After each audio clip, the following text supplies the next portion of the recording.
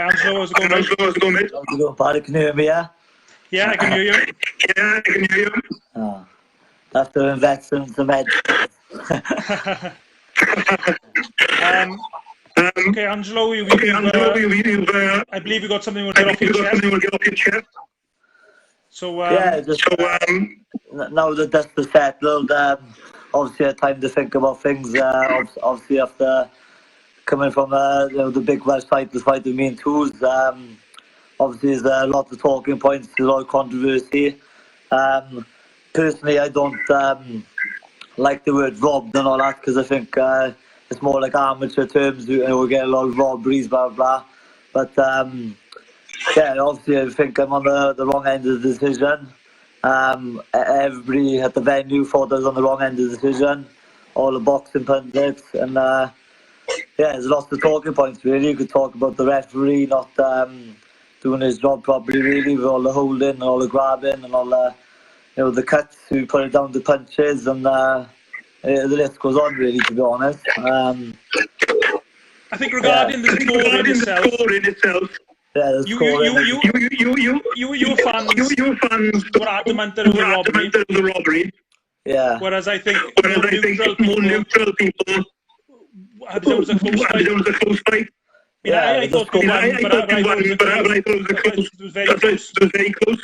Yeah, but the scorecards we were just going through it now. It gives 2 6 rounds, 1 share and 3 to myself, and I thought that was disgusting on scorecards there. Like, there was nowhere near that type of score. Like, yeah, but it's done now, and obviously our first choice now was we wanted an immediate rematch. My manager Richie Garner put complaint into the board.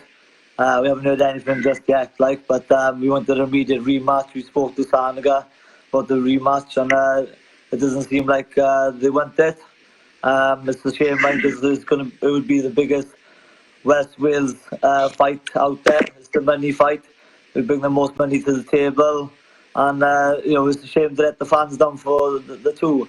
And you see all these rematches, such as like Nigel Benn, Eubank, Froch Groves, and the rematch is always bigger, and it's a shame not to get it done again. But obviously things go on, and you can't just click your fingers and things happen. Click your fingers and things happen. But we've had a good chat with Richie tonight, and I'm going to be out next on great news. I'm going to be fighting 22nd of November on the Mo Pryor show. I would be a 4-6 round, and we haven't sorted the details out yet. But I'm definitely on the show, and Richie's been in touch with MTK, and it looks like it's going to be another Welsh title in a few months' time after that, in a different weight category. You can't say too much about names and stuff like that, like, but the show goes on, and like we've talked about before, I'm one of these fighters who are willing to fight anybody. If I would have won that title September the 13th, I would have snapped my hands to fight Cooksey next. I want to fight the best. I want to be involved in the biggest fights, and that's just me. I've always done it from my amateurs. I continue to do it through the pros. I'm a fighting man, and that's what I want. I understand.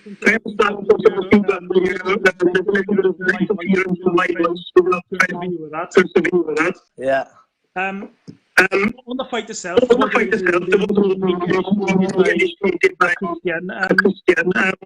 did the referee warn him? I don't remember. No, there was no warning whatsoever.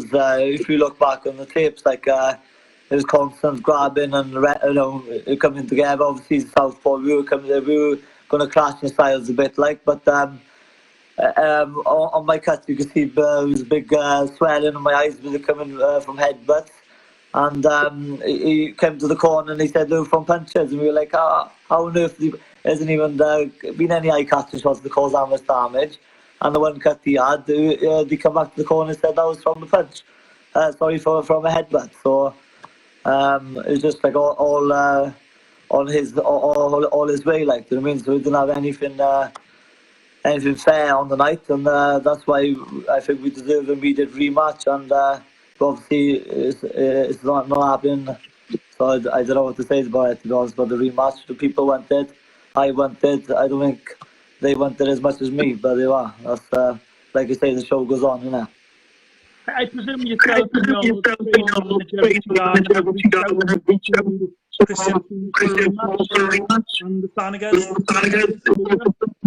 Yeah, he's put a complaint to the board, so hopefully they can make an immediate rematch. But if he spoke to Flanagan, is the fight happening? Is the fight happening? But it's like seems to be just dragging their heels basically. So, like I say, I'm a fighting man. I'm willing to fight anybody, and I got to progress my career. And obviously, we'll be back to winning ways on the 22nd now, and hopefully, be another Welsh title shot coming in a different weight category. So, his options open. Obviously, I got the loss in my record, but I feel I've gained more out of it. To be honest, I've gained more publicity, and I'm still the talking point.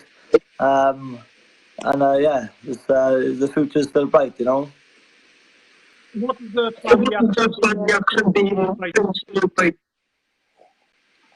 Well, to be honest, after the fight, obviously, we wanted. Obviously, when you're on such a high stepping stone after the Welsh title fight, you come down to earth a little bit.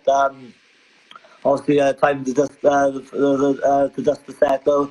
I had cuts to heal, and to be honest, I thought I was going to see the rest of the year out to the new year and start with the same goal, and just push on for the Welsh title again, whatever happens. But obviously we got a phone call now to fight 22nd November, and obviously Richie's been speaking of MTK, of possible another Welsh title fight. So things happen overnight in boxing. So looks like that's my plans going forward. Obviously, your last live on yeah. Is going to be difficult to get a non-title fight on the 26th of November? It's going to be difficult for you to get up for a non-title fight. No, it's the same. Obviously, it's a similar situation with when I had to fight in a Sonic show in Merthyr. I had to come through my 6-round fight or 4-round fight to get that title fight to Touze, and he had to do the same. We both came through, and that's how it happened. And it's got a similar situation now. I can't just switch off. I got a job ahead of me. I come through that, and then we can talk about the next title fight. So the goal is the same. I want the Welsh title. I always give 100% in my training, my work, with my children, and that's the type of guy I am. I'm not going to just switch off just for if I'm going back to 4-6 rounders, and I know what's ahead of me. Like I say, the future is bright, and I'll keep pushing and pushing and pushing until I get to that title around my waistline. After the fight, you had your children in the ring with you. What does that mean to you? I mean, the world is obviously is disappointed not to have the belt with them and enjoy with them, but I have, like I mentioned on the post the other day, I visualised that moment with my kids for years and years and years. I bring my kids into the ring, and I was a bit optimistic to bringing them into a big fight with big crowd and stuff. But I thought, no, that might be my dream. And even though the title didn't come in my hands that night, I had my kids in the ring, and I celebrated. It was emotional, to be honest. And with them waving to the crowd, it was an amazing feeling. And it's emotional now,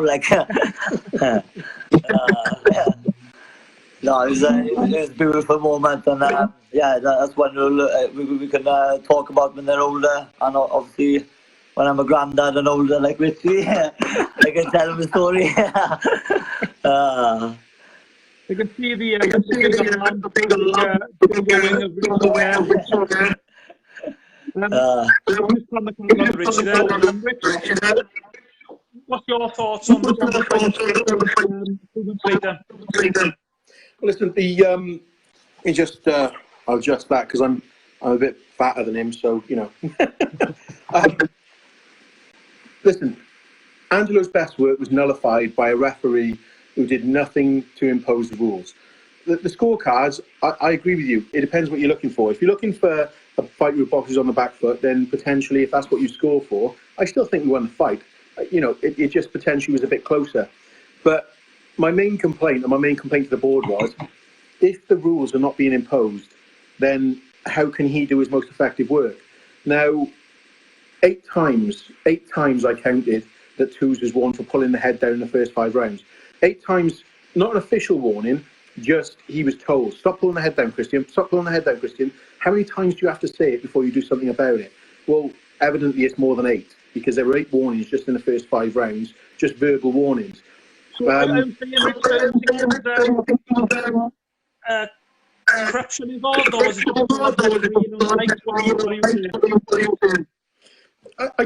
there's 2 aspects. There's 2 ways that you can look at this, okay? And the first aspect that I look at it from this is from this. I don't think that. I think Angelo's best work was nullified by the referee failing to take action with the holding, with the constant lunging forward and grabbing, with the fact that his head was being pulled down constantly. He couldn't do his most effective work. And, you know, the rules say, you know, no holding, no grabbing, no pulling of the head.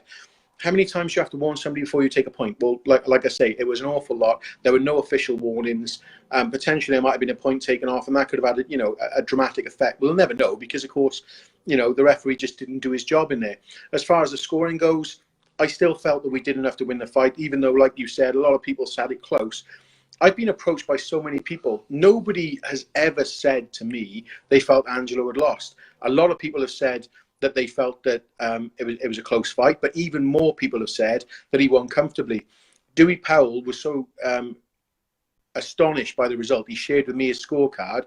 Now, Dewey is, you know, he is a very knowledgeable man who scored boxing for a very long time and works for, in my opinion, or operates one of the best boxing websites and one of the best podcasts in Welsh boxing. And, you know, he had us winning 98-92. That's not a close fight. And that is a guy who knows boxing. I'm not talking about some random in the street who turns up at a gym every now and again and, you know, hits a bag for fun. Yeah, so Rich, as I said to you, I mean, do you think it's corruption, or do you think it's bad officiating on the night? Did the ref just get it wrong, or what do you think the issue is? I mean, you've gone over this in the last couple of times you spoke. So, I mean, I feel like you're constantly trying to get me into trouble. I got to be honest. Yeah, you must be in cahoots with the board, trying to get me some kind of fine. Are you on a retainer? Listen, we have talked about it in the past, and I said to you before, I'm not afraid to express my opinion. Everybody knows that within professional boxing, if you're the hometown boy, the referee looks upon you more favourably. I think that happened on that night. I think perhaps people were only looking at the home fighters, only looking to score for the home fighters. I mean, you know, you look what happened to Jake Anthony. I'm not being funny. I am not being funny, because everybody talks about Angelo as being, you know, a robbery, blah, blah, blah.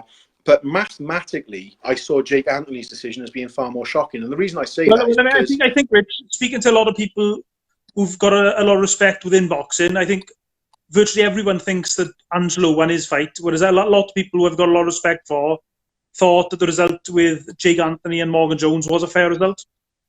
And let me put this into perspective for you, yeah? Jake Anthony, in my opinion, won the first round.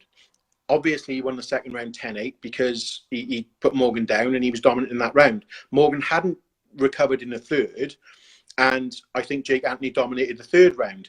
Now, bear in mind this, and like I said, it was the biggest, I was most astonished with this result more than anything else because of the mathematical things, equations in relation to it. Now, boxing people who aren't boxing insiders, they won't understand the mathematics of how to score a fight. So let me just break this down for you, okay? When Jake Anthony scores that knockdown, that round is then a 10-8. So the maximum points that Morgan can score is 98 points for the remaining 9 rounds. The judge scored him 97. Are we seriously suggesting that of the 9 rounds, Morgan Jones, okay, had 97 out of 98 points? Jake Anthony, of the remaining 9 rounds, only won 1 single round, clearly. I don't care who you are. If you think that's the case, you need your fucking head read. So, again, Rich, you know, what is the problem? Is it bad? Is it corruption, or is it bad officiating, or is it just too much pressure on the referees to just like as well? Williams should not be officiating, and I've said to the board that I never want that man officiating any of my fighters fighting again, because what he did to me that night was an absolute shambles. I will never ever trust the man for as long as there's breath in my body. And not only that, but bear in mind as well, he told me before that fight, in the fighter's instructions, because of course, again, a lot of people won't understand this. You have fighters' instructions before the fight. And if you're not a boxing insider, you wouldn't know that. And he said, I score big for these things. Somebody pressing the fight, somebody making the fight, somebody going forward, somebody who scores on the inside. Well, all night, Jake Anthony was going forward, pressing the action, scoring with the bigger shots, scoring with more eye-catching shots, and doing the work on the inside. So he's ticking every box that the referee says he's asking to look for, and yet we still don't get our hands raised. And he thinks that outside of the second round knockdown, Jake only won one single round. No, there's something wrong. So, I mean, is there a? I mean, we just saw it for people who follow boxing very closely. A decision was overturned in the World Championships in Wales. It worked in Wales' favour that way. Lauren Price, I think, had a gold medal in the World Championships, which is brilliant. Well done. There isn't that procedure in professional boxing. Am I right in saying that, Rich? My understanding is that there isn't. I've asked the board to address even though it did actually happen in the flyweight WBC World Championship fight recently. The decision was overturned in the ring, but there's no formal procedure as far as I know. I mean, yeah, but that was more of a technical decision caused by an illegal blow, as opposed to scoring. And I know that what the board say is scoring is subjective, and each person has their own interpretation, which is why we are where we are. But, you know, obviously we're here to talk about Angelo tonight, so I'll just move away from that. Needless to say, it's probably the most vociferous I've been in relation to what happened on that night. I wasn't happy with the result for Angelo. More importantly, I wasn't happy with the fact that he wasn't allowed to work and that Kristian was allowed to get away with flagrant breaches of the rules. As far as Jake goes, the scoring was an absolute farce. And to only award him one round out of the remaining 9 after the knockdown, you know, out of the remaining 9, you have one round. Every time I mention it, Jesus, I want to explode. But, you know, it is what it is. But moving forward with Angelo, you know, he's going to fight on the 22nd. We're going to get him out again. We're going to get him back on track with a win. As they say, very, very grateful to Lee, and I've been speaking to this week. Lee of MTK, very happy to put a show on featuring Angelo. Perhaps as, you know, one of the co-main events or whatever. Could be on a Mo Pryor show. Lee works very closely with obviously Mo Pryor, but it will be an MTK fighter, perhaps for a Welsh title at a different weight. I would anticipate probably in February. There you go. That sounds excellent news. Subject to the board confirming. Now we got the sound working a little bit better. If there are any of the 30-odd viewers we got listening to this interview, if there's any questions you got for Angelo or for Richie, just fire them on your comments there, and we'll pass them on. On a more positive note, Angelo, and I know the result didn't go your way and you were absolutely gutted, understandably. But the atmosphere there was absolutely amazing. I was trying to think, I mean, I've been at quite a few big fights, World Championship fights, and I don't remember off the top of my head an atmosphere as good as that. Just the intensity was unbelievable. Yeah, it was amazing. Like I've talked about it for weeks and weeks and weeks after the fight. I just remember getting up off my stool, going into the 10th round, and the roar. I had to look around and it was fantastic. I seen a couple of videos, just all the fans cheering and doing a few chants and stuff. It was amazing to see, and I can't thank everyone enough who's bought a ticket. You know, my 6 professional fight to sell over 250 tickets, headlining a show on SRC. You know, I've done it in quite a short space of time, really, and you know, and I'm not done yet, and I can't thank everyone enough who buys a ticket.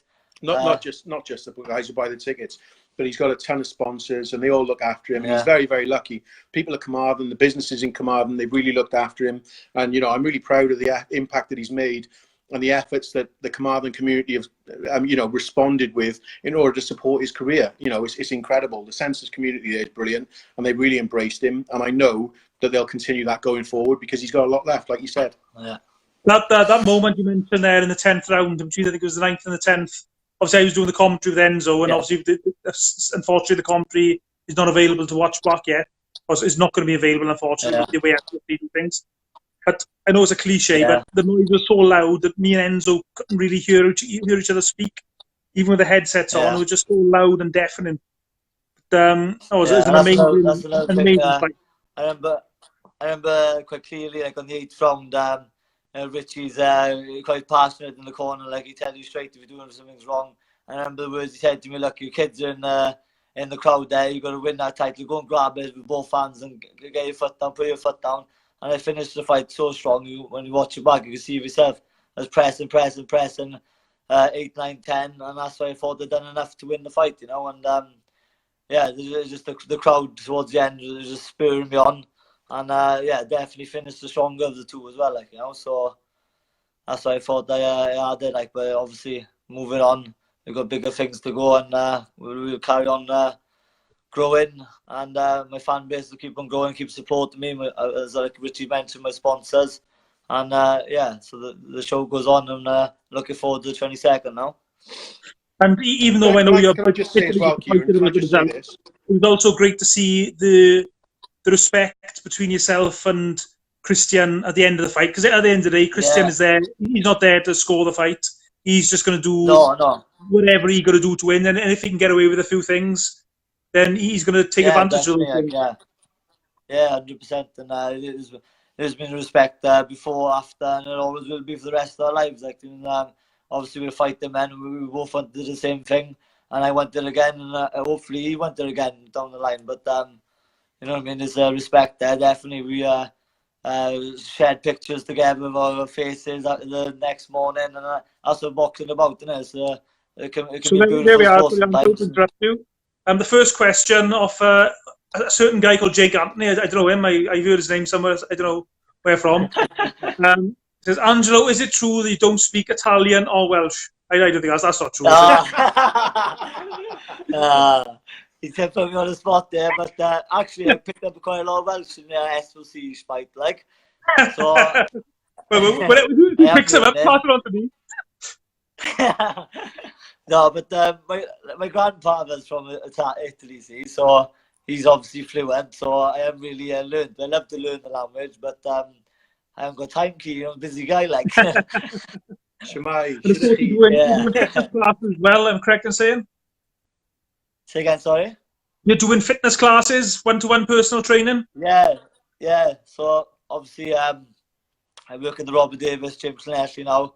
Do a lot of like one-to-one group sessions, like box exercise classes, or if you're going to train a few fighters now. Yeah, I'm really enjoying it. It keeps me fit, keeps me busy. And I think it's made me, well, I know it's made me a better fighter, because obviously you're picking up things what they do. And you think, oh, fuck, I do as well. Like, you know what I mean? It's, you never stop learning in boxing. Like, when I tell people I've been boxing 14, 15 years now, and I learn every week. It's always something you're learning, like, you know what I mean? Yeah, so I'm enjoying doing that now. I'm busy. I always started with Stallion Boxing Academy now from ages 5 to 8, 9 to 14 years, and the girls only classes, which is going really well. And yeah, so it's, you know, obviously, that's my job, full-time job now, so I'm enjoying doing that. A couple of shout-outs. Richard Lewis just joined us. Wayne Kristian from Ronda Radio as well. Leon Findlay, another very good boxer from down west, has just joined us. Great fight there. Yeah. Can I just thank you? Can I just thank you for something? You would thank me, Rich. I know on the night, carry on it.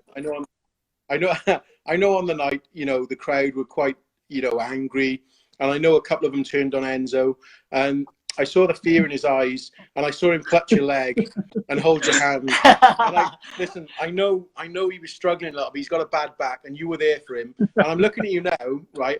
And you look a bit like Joe Rogan at the moment, yeah. And perhaps that was what instilled the fear of God into that guy that was having a pop at Enzo. Because I'll be honest with you, I think it broke his heart, and I'm glad you were there for him, or it would have been very embarrassing. Thank you for being there for my friend Enzo Macronel. Well, actually, what happened, for people who are not sure what Richie is referring to there, it was actually in between the Jake Anthony Morgan Jones fight and showing the highlights of Tony Dixon fight. We went through I think it was a 3-minute advertisement, and then in between the ads, one of the fans came up to Enzo and started giving him some abuse about the scorecard for the Jake Anthony Morgan Jones fight, thinking that Enzo was the official scorecard, which of course he wasn't. But Enzo actually scored the fight for Jake Anthony, and it was actually one of Jake Anthony's fans having to go at Enzo for giving the fight to Morgan Jones. So I had Enzo so there to explain to his fans. Scorecards come up on the telly, and so obviously they thought the Enzo scoring the fights, and But it was on the adverts, and then we went from the adverts to live broadcast doing commentary. So I was trying to do the commentary and do as good a job as possible. I had Enzo to my right arguing with his fan who didn't seem to understand how boxing worked. Mate, I understand he said, listen, back up or this man will sort you out for me. Mate, you were there, you backed him up, you're worth the weight in gold that night, not just as part of the commentary team, bodyguarding services for Enzo Macronelli. Top man. There we are. Perhaps you'll rent myself out in future then, Rich. Yeah. So anyway, on a more serious note, you've obviously spoke to the Sanegas, I presume, about getting the rematch, and it doesn't seem likely to happen. What's their response been? Do you want me to sort it? Yeah, Richie obviously speaks to them. He deals with all that kind of stuff. I just do the training and the fighting, to be honest. What I did was this. I think I was as respectful as I could be. I gave it a little bit of time before I contacted Chris, because obviously it goes without saying they're going to want time for their wounds to heal and for it to settle in. And I wanted Kristian to have the time to enjoy the title and not have us on his case straight away. So we left it a few weeks. I left it a few weeks to go in touch with Chris Sanagar, and I said, look, in fact, I waited until Angelo was well enough to be back in the gym and to be training himself. And I thought, well, that's enough time now. Perhaps we need to press this, because bear in mind, the fans want to see this again. The time to strike is whilst the iron is hot, and the iron is hot right now. And, as time goes on, it can only cool down. So I got in touch with Chris, and listen, everybody knows with me, everything in boxing is about transparency. It's as simple as this. I messaged him 3, 4, 5 times. He seems keen to put the fight on. But whenever I have said, and whenever I've asked the direct question, Chris, I know you want this fight. I know you want this to happen, but what about the Touze camp? Are they happy to put it on again? I've never once had an answer from him. I've never once had a positive answer where he said, yeah, they're up for the fight. They want a rematch. Never once. And to be honest with you, he did get back to me, and he did say Kristian's cuts aren't healing as well as perhaps they might have expected, and they don't expect him to be even back in the gym until after December, January. Now, we're not going to wait that long, which is why I started talking to Mo Pryor and MTK to get other things going for Angelo. But as I say, although Chris Sanagar seems quite happy to put the rematch on, whenever I've asked the direct question, what about the Touze camp? Are they happy for the rematch? I've never once had it, not even a response. So, we'll have to obviously speak to Kristian Touze and his team for that reason. We're not going to presume anything. But just before we wrap things up, your last word to you, Angelo. What's your thoughts on the future as Angelo Dragone, the Italian, Welsh stallion, going forward? Yeah, like I said, the future's bright. Obviously, like I explained, I'm a fighting man, and like Richie knows, I'm not like a young lad. I'm 30 in March. I've always wanted a big fight, and I'm not gonna step down the fighting loads of journeymen now and build the record up again. I just want the big fights. I'll fight anyone in Wales. I've sent Richie a list of top 5 fights I'd like to fight. And there was 2 in the top 25 in Britain, and there was I won't name one of them, but it was Cooksey or the Touze 2 fight, innit? So I was willing to fight anybody, to be honest. Any of the big fights. I'm not shying away from anyone. Like I say, the future's bright to go the ball rolling again now for the 22nd of November. Come through that, and hopefully I get myself another Welsh title fight in another division. I'll go up, I'll go down, I'll stay the same. I don't mind. But if the big fight's there, I'll take them with both hands. We got Colin Woodfield just asking the question: are you looking at going up or down in the weight? I think he pretty much just answered the. Yeah, I'm flexy. So we're just going to wrap things up now. Thanks for your time, Angelo and Richie. And thank you too. Thank you too as well, Ciaran. With the interviews and all the spare time you take up. It doesn't go unnoticed. We get a lot of respect off boxing, the community, bare knuckle and stuff. So give yourself a tap on the back, 2 keys, right? Cheers, mate. just out of respect, I mean, like I said, I'm going away tomorrow. But if it wasn't for the fact I'm going away tomorrow, I'd probably try and contact Kristian Touze just to let him have his side of the argument, out of fairness. And that's something I will be doing when I come home. I mean, I'm going away for a week tomorrow. And when I come home, if Kristian is watching this interview, if he'd like to give his side of the story, then we'll try and sort that out. 100%, yeah, great. Thanks, guys. If you like the interview, please share it on your social media. I'll be trying to upload it to my YouTube channel as well, Gibbons Talks Boxing. And I think it's been very... I'm bodyguarding. I'm Ciaran Gibbons bodyguarding. Yes, Gibbons bodyguarding. I only look after people with bad backs, so and former world champions who can do some damage still. But, okay, cheers, guys, and thank you, Keith. catch you in the future. See you guys. See you guys. Ta-ra.